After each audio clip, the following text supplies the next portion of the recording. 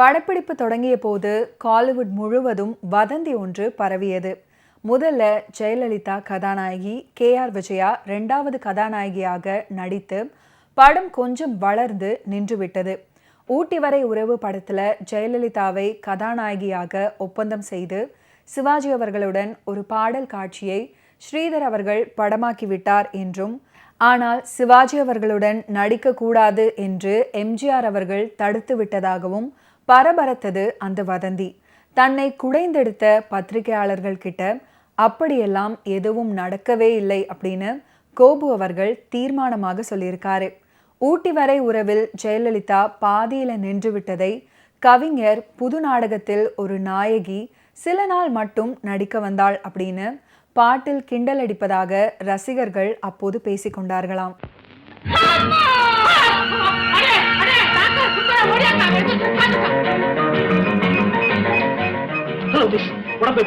ரொம்ப ஸ்ட்ரெயின் பண்ணிக்காதீங்க, அப்படியே இருக்க. உங்களுக்கு ஒண்ணும் புரியல? புரியாது. காரணம் நீங்க புது இடத்துல இருக்கீங்க. இது எங்க அப்பா, இது என் பையன், நான் இவன் ஃப்ரெண்டு.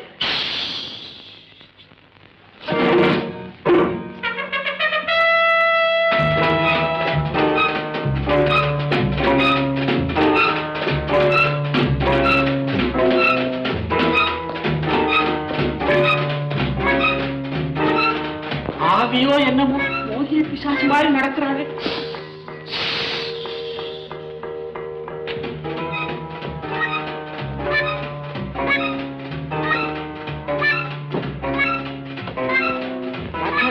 என்ன அவபாட்டு போய்கிட்டு இருக்கா? சொந்த வீடு மாதிரி இதுக்கு முன்னால இந்த பொண்ணு இந்த வீட்டுக்கு வந்திருக்காளோ? எங்க அம்மா இறந்ததுக்கு அப்புறம் இந்த வீட்டுக்குள்ள நுழைகிற முதல் பொம்பளை இவதான். சத்தம் போடாது.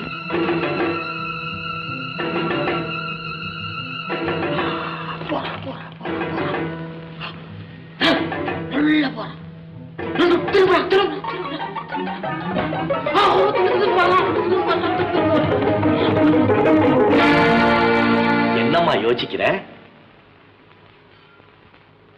இது உன் வீடு இல்ல. சும்மா இருக்கப்பா, கடைச்சு போயிருக்கா பாவம். ஏம்மா காபி சாப்பிடுறியா? ஹார்லிக்ஸ் வேணுமாமே? அவ பெரிய இடத்து பொண்ணுங்கிறத ரெஜிஸ்டர் பண்ணிட்டா. அம்மா இப்படி உட்காரு. ஏம்மா உன் பேர் என்ன? அம்மா உங்க அப்பா பேரு? ஒவ்வொன்னா கேளுங்க. ஒன்னொன்னா கேளுங்க. உன் பேர் என்னம்மா? என் பேரு மறந்து போச்சு. ஏம்மா பேரை மறந்துட்டு எங்க பிராண்ட வாங்குற? கொஞ்சம் ஞாபகப்படுத்தி சொல்ல. கமலா இல்ல. கனவாக்கி இல்ல. லதா நோ. லட்சுமி இல்ல. அஞ்சல இல்ல. Prema no no no. என் பேரு ஞாபகம் இல்ல. நல்ல அம்மா அது போகட்டும். டாக்டர் ஆரம்பத்திலேயே போட்டும் போட்டு விட்டா கடைசி வரைக்கும் போய்கிட்டு தான் இருக்கும். ஐயோ கொஞ்சம் சும்மா இருங்க. ஏமா நீ பிறந்த இடம், இருந்த ஊரு, உங்க அப்பா பேரு எல்லாமே மறந்து போச்சு. எங்க அப்பா பேரு ஞாபகத்துக்கு வந்துருச்சு. என்ன? பிரம்மதேவன். பிரம்மதேவன்? ஏண்டா சுந்தரம், பிரம்மதேவனை தெரியுமா? யார் டாக்டர் இந்த பிரம்மதேவன்? மகாவிஷ்ணுவின் மகன். இந்த உலகத்தை உண்டாக்கி உங்களை எல்லாம் உற்பத்தி செய்த மூலகர்த்தா, படைப்பின் ஆதிகர்த்தா. டாக்டர் என்ன ஒரு சின்ன விஷயம், அப்படி வர்றடா. என்ன டாக்டர், அவளுக்கு என்ன வியாதின்னு உங்களுக்கு புரிஞ்சு போச்சா? கொஞ்ச நேரம் பொறுத்து சொல்றேன். தேவையில்லை, எனக்கு புரிஞ்சு போச்சு. என்ன? அவளுக்கு பைத்தியம். உனக்கு இல்ல, எனக்கு. பைத்தியம் இல்ல சார், அடிபட்ட ஷாக்குல பழசையெல்லாம் மறந்துட்டா, அவ்வளவுதான். அதுக்கு இப்ப என்ன செய்யறது? கவலைப்படாதீங்க, கொஞ்ச நாள் ட்ரீட்மெண்ட் கொடுத்தா எல்லாம் சரியா போயிடும். அது வரைக்கும் இந்த வீட்டுல தான் இருப்பாளா? வேற வழி. TR ராமண்ணாவின் உறவினர் EV ராஜன் ஸ்ரீதர் கிட்ட படத்தை ஹிந்தியில ரீமேக் செய்யும் உரிமையை கேட்டாரு. ஸ்ரீதர் அவற்றை 50,000க்கு விற்றிருக்கிறாரு. இருப்பினும் கோவை செழியன் ஸ்ரீதருக்கு சட்டப்பூர்வ அறிவிப்பை அனுப்பினாரு. விவாதிக்கப்பட்டு பரஸ்பரம் ஒப்புக்கொள்ளாவிட்டால் ரீமேக் உரிமைகள் தயாரிப்பாளருக்கு மட்டுமே சொந்தமானது அப்படின்னும், அவர்கள் இருவரும் அத்தகைய விவாதம் நடந்ததால ஸ்ரீதர் தவறு செய்ததாகவும் வாதிட்டாரு. நீதிமன்ற வழக்கு தொடரப்பட்டது. அங்கு செழியன் சார்பாக VP ராமன் மற்றும் ஸ்ரீதர் சார்பாக NC ராகவாச்சாரி ஆகியோர் வழக்கு தொடர்ந்தாங்க. வழக்கு ஸ்ரீதர் அவர்களுக்கு சாதகமாக முடிக்கப்பட்டது. ஊட்டி வரை உறவு படத்தை முடிக்கும் தருவாயில் ஸ்ரீதரின் சகோதரன் CV ராஜேந்திரனின் திருமண செலவுக்காக அவருக்கு பணம் தேவைப்பட்டது. அப்போது TR ராமண்ணாவின் உறவினரான EV ராஜன் ஸ்ரீதரை அணுகி ஊட்டி வரை உறவு படத்தை ஹிந்தியில் எடுக்க உரிமை கேட்டாரு. படத்தின் கதை அவருடையதுதான் அப்படின்றதுனால ஸ்ரீதர் 50,000 ரூபாய்க்கு ஹிந்தி உரிமையை அவருக்கு கொடுத்திருக்கிறாரு. ஏனோ தெரியவில்லை, செழியன் அக்ரிமெண்ட் போடவில்லை என்பதன் அடிப்படையில் இப்படி ஒரு நோட்டீஸ் அனுப்பிவிட்டாரே அப்படின்னு ஸ்ரீதருக்கு மன வருத்தம். அவர் சார்பில் ஆஜரான வழக்கறிஞர் VP ராமன் ஸ்ரீதரிடம் இது குறித்து பேசினாரு. சட்டப்படி செழியன் செய்ததில் எந்த தவறும் இல்லை அப்படின்னு அவர் சொல்லிவிட்டார். ஸ்ரீதர் சார்பில் ஆஜரானவர் அட்வொகேட் NC ராகவாச்சாரி. அகில இந்திய அளவில் புகழ்பெற்ற டைரக்டர், என் கட்சிக்காரர். அவர் நட்பு முறையில் ஒப்பந்தம் எதுவும் செய்து கொள்ளாமல் கதை வசனம் எழுதி படத்தை டைரக்ட் செய்து கொடுத்திருக்கிறாரு. அக்ரிமெண்ட் ஏதும் போடாதது டெக்னிக்கலாக தவறாக இருக்கலாம். ஆனால் அது ஒன்றே என் கட்சிக்காரருக்கும் கதை மீது உள்ள உரிமை எதையும் கட்டுப்படுத்தாது என்கிற இந்த கோணத்தில் வழக்கை நடத்தியிருக்கிறாரு ராகவாச்சாரி. ஸ்ரீதருக்கு சாதகமாய் தீர்ப்பும் வழங்கப்பட்டது. இந்த சம்பவம் துரதிருஷ்டவசமானது. ஆனாலும் செழியன் இறுதி வரை ஸ்ரீதர் அவர்களுக்கு நண்பராகவே இருந்திருக்கிறாரு. கல்யாணத்தை பத்தி பேசிட்டு இருக்க? ஐயோ பெரியய்யா, என்னுடைய கல்யாணம் எப்படி நடந்ததுன்னு கேட்டாரு. அதை பத்தி சொல்லிட்டு இருந்தேன், வேற ஒண்ணு இல்ல. அப்போ நான் புறட்டுமா? ஒண்ணு இல்ல, இந்த ராமசாமியோட ஒய்ஃப் இருக்காங்க, சீரியஸா இருக்காங்க. ஒரு இன்ஜெக்ஷன் போட்டுட்டு 1/2 மணி நேரம் கடு வச்சுட்டு வந்திருக்கேன். போயிட்டாங்களான்னு போய் பார்த்து வந்துடுறேன். சத்துமா ஒன்னே விட அவர் இங்கே இரு. ஏப்பா நீங்க எங்க இருந்து வர்றீங்க? என்னப்பா திடீர்னு இந்த கேள்வி கேட்கறீங்க? என்ன வச்சுட்டு ஏங்க இந்த கேள்வி? நான் புறப்படுறேன், அப்புறம் கேளுங்க. நீ சாட்சி, நீ இங்கே இரு. ஏப்பா நீ பார்க்கில் பாடுனியா? ஏன் பண்ண நீ அதுக்கு ஆடுனியா? என்னப்பா அசிங்க மாதிரிலாம் கேள்வி கேட்கறீங்க? அசிங்கம் இல்ல, எனக்கு தேவை. இந்த திருப்பதி நீ பார்த்த எனக்கு தெரியும். இவங்க 2 பேரும் பார்க்கில் பாடுனாங்க. அதோட பல்லவே இது சிரிக்காதே சிரிக்காதே. ஆட்டம் ரொம்ப பிரமாதம், ரொம்ப பிரமாதமான ஆட்டம். நான் ஆட்டத்தில் லயிச்சிட்டேன், பல்லவியை கேட்கல, கோட்டை விட்டுட்டேன். நான் வரட்டுங்களா?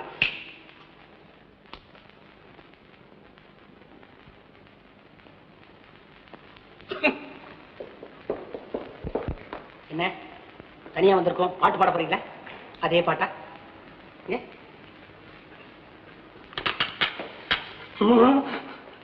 இதெல்லாம் உன்னோட வேலை தானே? அவர்கிட்ட என்ன கேட்பு? எனக்கு பேசாம இருக்கப்பா. வருவாருங்க, அனுப்புறேன், கூப்பிடுறாரு. இதெல்லாம் என்ன வேலை? இது பாருங்க, நான் இப்ப சொல்லிட்டு உங்களுக்கு கோவமா இருக்கும். ஏன்னா நீங்க காதலர்கள். அப்பாவுக்கும் கோவமா இருக்கும், ஏன்னா பெத்தவர். எங்க கோவம் வருது இல்ல? எரியுது பாத்தீங்களா? ஆனா உன்னை கல்யாணம் முடிஞ்சதுக்கு அப்புறம் நீங்களே என்ன பத்தி பெருமைப்படுவீங்க. ஏன்னா நான் தான் உங்களை சேர்த்து வச்சேன்னு. இதெல்லாம் ஒரு கைங்கறி தானே. என்னது வேணுமா? எடுத்துங்களேன். எதிர்பார்க்கல. அட்ரஸ் என்ன? அட்ரஸா? அட்ரஸ் நான் சொல்லல, இது எனக்கு தெரியும், நான் சொல்றேன். அவர் சொல்றாரு, அங்கே கேட்டுக்கல. அப்ப நான் வரட்டுமா? அட்ரஸ் மாத்திரம் தயவுசெய்து சொல்லிடாதீங்க. பப்ளிக் பார்க்கல பாடுறதுனால எவ்வளவு விளைஞ்ச பாத்தீங்களா? வாட் எவர் இட் இஸ், ஆட்டம் ரொம்ப நல்லா ஆடுறேன். ஐயோ ஐயோ ஐயோ. ஏ ரவி, இந்த வாய்ப்படி நீ போற போக்கு நீ சரிப்படல. அப்பா உங்க பிள்ளை தப்பாவே நடக்க மாட்டான். எல்லாம் காரணம் தாண்டா. சில்லி பேட்டா, சில்லி சில்லி சில்லி. ஏ சில்லி சுந்தரி வாய்ங்க. பாத்தியா மகனே? இப்ப என்ன அவனுக்கு ஒரு குடி முடிவு போல? பேசாம இருங்க. குடிமுடி போல. ஏ விட்டியா, என்ன வச்சுட்டு இருக்க நீ? ஏற்கனவே ரத்த கொதிப்பு, கொஞ்சம் ரெஸ்ட் எடுங்க. ரத்த கொதிப்பு, சரி. சுமை தாங்கி, ஊட்டி வரை உறவு ரெண்டுமே கோவை செழியன் கண்ணதாசன் கூட்டு தயாரிப்புகள். சிவாஜி அவர்களுடன் ஜெயலலிதா. வந்த இடம் நல்ல இடம், வரவேண்டும் காதல் மகாராணி அப்படின்னு வாலி அவர்கள் வாழ்த்து எழுத, சிவாஜி அவர்கள் வாயசைத்து வாசிக்க, கலாட்டா கல்யாணத்துல முதலில் அறிமுகமானாங்க. படம் முடிவானதும் முதல்ல சிவாஜி அவர்களும் KR விஜயா கால் ஷீட்டை தான் உறுதி பண்ணாரு செழியன். முத்துராமன், நாகேஷ், பாலையா, சச்சு என்று காதலிக்க நேரமில்லை குழுவினர் அனைவருமே ஒப்பந்தம் செய்யப்பட்டாங்க. பல படங்கள்ல நடனமாடி தனக்கென்று ஒரு இடத்தை பெற்றிருந்த L. விஜயலட்சுமி அவர்களை முத்துராமனுக்கு ஜோடியாக ஒப்பந்தம் பண்ணாரு ஸ்ரீதர். கோபுவிடம் ரகசியமாக, நடிகை விஜயலட்சுமி சார், எனக்கு திருமணம் நிச்சயமாகிவிட்டது, கணவருடன் பிலிப்பைன்ஸ் நாட்டில் செட்டிலாக போகிறேன். MGR சார் படத்துக்காக ஒரு பாங்க்ரா டான்ஸ் காட்சி மட்டும்தான் பாக்கி, உங்கள் படம் தான் எனக்கு கடைசி படம் அப்படின்னு சொல்லி கால் ஷீட் வீணாகாதபடி தன்னுடைய காட்சிகளை முதல்ல எடுத்து விடுங்கள் அப்படின்னு கேட்டிருக்கிறாங்க. ஏமா பெட்டி தான் விட்டுட்டேன், சும்மா இருந்தா எப்படி? நேரா உங்க அப்பாவுக்கு முன்னால போய் நிக்கிறது என்ன தெரியலையா? நான் தான் உங்க பொண்ணு, என்ன ஏத்துக்குங்கன்னு சொல்றது. நல்லா இருக்கேன். திடீர்னு போய் நான் தான் உங்க பொண்ணுன்னு சொன்னா உன்னை எனக்கு தெரியவே தெரியாதுன்னு சொல்லி கழுத்தை பிடிச்சி வெளியே தள்ளிடுவார். அப்படி ஏதாவது சொன்னா சத்தம் போடுவேன், கூச்சல் போடுவேன், 10 பேரை கூப்பிடுவேன், கோர்ட்டுக்கு போவேன், வக்கீல் கிட்ட போவேன், கலாட்டம் பண்ண வேண்டியதானே. இவ யாரு நிரூபிக்கிறதுக்கு வேண்டிய ஆதாரத்தை எல்லாம் தான் பெட்டியோட விட்டுட்டான்னு சொல்றேனே. அப்புறம் இவ சொல்றத அவர் எப்படி நம்புவாரு? கொஞ்சம் சிக்கலான பிரச்சனை தான். அதான் என்ன செய்யறதுன்னு புரியாம இவ்வளவு ஹோட்டல்ல தங்க வச்சேன். ஒரு நாளைக்கு என்ன செலவாக தெரியுமா? 115 ரூபாய், 87 NP. பணக்கார பைய காதல் தானடா, கொஞ்சம் காஸ்ட்லியா தான் இருக்கும். நீ ஒரு காரியம் செய், இந்த பொண்ணை நேரா உங்க வீட்டுக்கு கூட்டிட்டு போ, உங்க அப்பா கிட்ட விஷயத்த சொல்லு, 2 பேரும் கல்யாணம் பண்ணிக்கங்க, அப்புறம் ஹோட்டல காலி பண்ணிட்டு நேரா வீட்டுக்கு கொடுத்துரும் போயிடுங்க. இவளை நான் நேரா வீட்டுக்கு கூட்டு போகணும். அப்பா இவதான் என் காதலின்னு சொல்லணும். இவ சரித்திரத்தையும் சொல்லி எங்களுக்கு கல்யாணம் பண்ணி வைங்கன்னு கேட்கணும். That's all. எங்க அப்பா என்ன பெரிய சீர்திருத்தவாதியா? எங்களுக்கு காதல் கல்யாணம் பண்ணி வைக்க தொலைச்சு விடுவார், தொலைச்சு. அதுவும் பிறப்பை பத்தி கேள்விப்பட்டாரு, அங்க கொலையே நடக்கும். ஒரு நல்ல வழி சொல்றோம். நடிப்பிலே பாலையாவுக்கு சிவாஜி அவர்களுக்கு இணையான ஒரு கேரக்டர். ரொம்ப இயற்கையாக அற்புதமாக நடிச்சிருப்பாங்க. எனக்கு மிகவும் பிடித்த நடிகர்களில் பாலையாவுக்கு ஒரு இடம் உண்டு. இந்த மாதிரி காமெடி ரோல்களில் கலக்குவார். அவர் தன் மகனும் மகளும் காதலிக்கிறார்கள் அப்படின்னு நினைத்து சொல்ல முடியாமல் முழிப்பதும் தவிப்பதும் அருமையாக படமாக்கப்பட்டிருக்கும். இப்படி பாலையா அவர்களை புகழ்ந்து பாராட்டியிருக்காரு சிவாஜி அவர்கள். அடுத்ததாக V.K. ராமசாமி. இந்த 2 பேருமே கதையில் ஒன்றி நடிச்சிருக்காங்க. அதனால் தம் பாத்திரத்தின் தன்மை உணர்ந்து குறையின்றி பண்ணியிருக்காங்க. அண்ணா, முதல்ல எனக்கு ஆசீர்வாதம் பண்ணுங்க. என்னது திடீர்னு? எனக்கு கல்யாணம் அண்ணா, எல்லாம் நான் நினைச்சபடியே அமைஞ்சிடுச்சு. உங்களுக்கு எப்படி நன்றி சொல்றதுன்னே தெரியல. நல்லா இருக்குமா நீ எனக்கு நன்றி சொல்றது? அண்ணன் தங்கச்சிக்கு செய்ய வேண்டிய கடமைமா இது. என்ன டாக்டர், நீங்க எப்ப அண்ணன் ஆனீங்க, அவ எப்ப தங்கச்சி ஆனா? அவ என்னமோ ஆசீர்வாதம்ன்றா, நீங்க என்னமோ கடமைன்றீங்க, ஒண்ணுமே புரியலையே. அது அவளுடைய புத்தி நல்ல நிலைமைக்கு வந்ததுக்கே காரணம் நான் தான் நினைச்சுக்கிட்டு இருக்கா. அதனால எங்களுக்குள்ள இருந்த இந்த அண்ணன் தங்கச்சி பாவம் அப்படியே நிரந்தரம் ஆகி போச்சு. அவளா குட் ஈவினிங் டாக்டர். ஹலோ. எனக்கு அவளுக்கு கல்யாணம் நிச்சயமாயிடுச்சு. அப்படியா? சேனப்பட்டி வேதாச்சலம் இங்க வந்திருந்தாரா? அவர்கிட்ட பேசிட்டீங்களா? சேரப்பட்டியாவது வேதாச்சலமாவது அவரை கேட்காமே கல்யாணத்தை வச்சுட்டேன். அப்படி ஏதாவது விவகாரம் வந்தா கோர்ட்ல வக்கீல வைக்காம நானே பேசுறதா இருக்கேன். உங்க கேஸ் எப்படி செல்லும்? ஏன் செல்லாது? அவளுக்கு தான் வயசு 21. அந்த ஒரு பாயிண்ட வச்சு அடிப்பேன் நானு. உங்க பாயிண்ட் இருக்கட்டும். ஏமா பாரதி, இந்த கல்யாணத்தை பண்ணிக்க சொல்லி யாரும் உன்னை வற்புறுத்தலையே? என்ன டாக்டர் நீங்க எதுக்கு எடுத்தாலும் சந்தேகப்பட்டுக்கிட்டு? இவள் அவனை கண்டாள், அவன் இவளை கண்டான். அப்புறம் என்னடா? கண்கள் கலந்தன, கருத்துரிமித்தோம். இவ்வளவு தூரம் ஆனதுக்கு அப்புறம் பெத்த அப்ப நான் என்ன செய்யணும்? கல்யாணத்தை முடிச்சிடணும். அதைத்தான் செய்ய போறேன். டாக்டர், காதும் வச்ச மாதிரி இந்த கல்யாணத்தை சத்தம் இல்லாம முடிச்ச போறேன். மேலதாளம் கூட கிடையாதா? அது உண்டு. ஆனா அந்த சத்தம் சேரப்பட்டி வேதாச்சலத்துக்கு கேட்கப்படாது. முகூர்த்த நாள் கூட வச்சாச்சு. இந்த மாசம் 23ஆம் தேதி. 23ஆம் தேதியா? ஐய, நான் ஊர்ல இருக்க மாட்டானே. டாக்டர் டாக்டர் டாக்டர், என்ன இது இந்த நேரம் இப்படி சொல்றீங்க? நானும் ஒரு பெண்ணை கண்டேன், அவளும் என்னை கண்டாள். கண்கள் கலந்தன, கருத்தொருமித்தோம். கல்யாணம் அதே 23ஆம் தேதி கோயமுத்தூர் ரிஜிஸ்டர் ஆபீஸ்ல. என்ன செய்வேன்? கருத்தொரு மித்திங்க. அது வரைக்கும் சரி, இந்த தேதியை தள்ளி போடப்படாதா? அந்த நாளை விட்டா ரிஜிஸ்டார் 2 மாசம் லீவ்ல போறாரு. அதோட இந்த மாதிரி கல்யாணம் எல்லாம் சட்டுப்புட்டுன்னு முடிச்சு பண்ணும் இல்லையா? பின்ன அப்பா, அப்ப எங்க கல்யாண தேதியை தள்ளி வைங்க. ஆமா மாமா, அண்ணன் இல்லாம இந்த கல்யாணம் நடக்கவே கூடாது. அட நீ என்னம்மா, சொந்த தங்கச்சி கூட அண்ணனுக்கு தெரியாம இந்த காலத்துல கல்யாணத்தை பண்ணிக்கிறா? அப்பா, இந்த பிரச்சனைக்கு முடிவு உண்டா இல்லையா? உண்டு உண்டு. என்ன ரிஜிஸ்டாருக்கு பதிலா டாக்டருக்கு நானே கல்யாணத்தை பண்ணி வைக்க போறேன். எப்படி? தனி ஐயரு, தனி தாலி, தனி மணவரை, செலவும் மேளவும் போதும். 2 கல்யாணத்தை இந்த வீட்டிலேயே நடத்த போறேன். பூ மாலையில் அப்படின்னு தொடங்கக்கூடிய மற்றொரு ஃபென்டாஸ்டிக்கான பாட்டு ஊட்டி வரை உறவு திரைப்படத்தில் இடம் பிடிச்சிருக்கும்.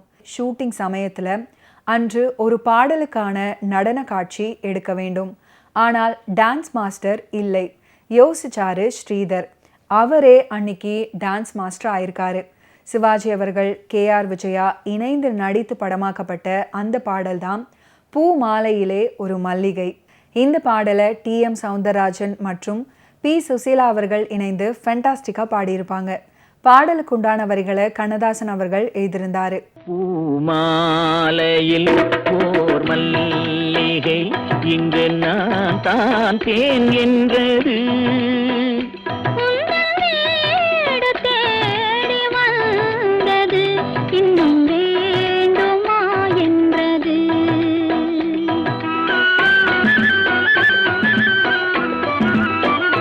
பூமாலையில் ஓர் மல்லிகை இங்கு நான் தான் தேன் என்றது.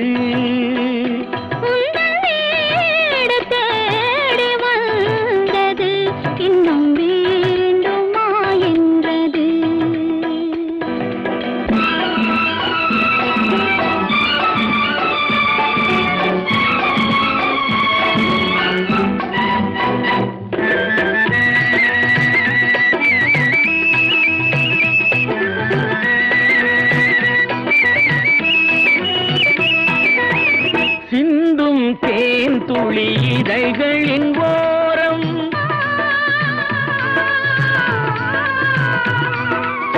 சென்றேன் ஆயிரம் நினைவுகள் ஓடும்.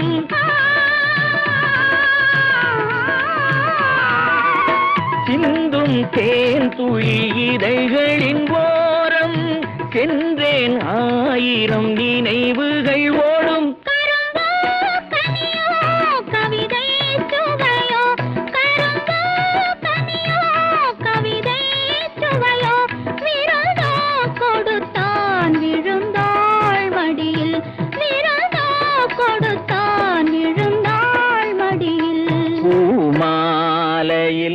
ஓர் மல்லிகை இங்கு நான் தான் தேன் என்றது.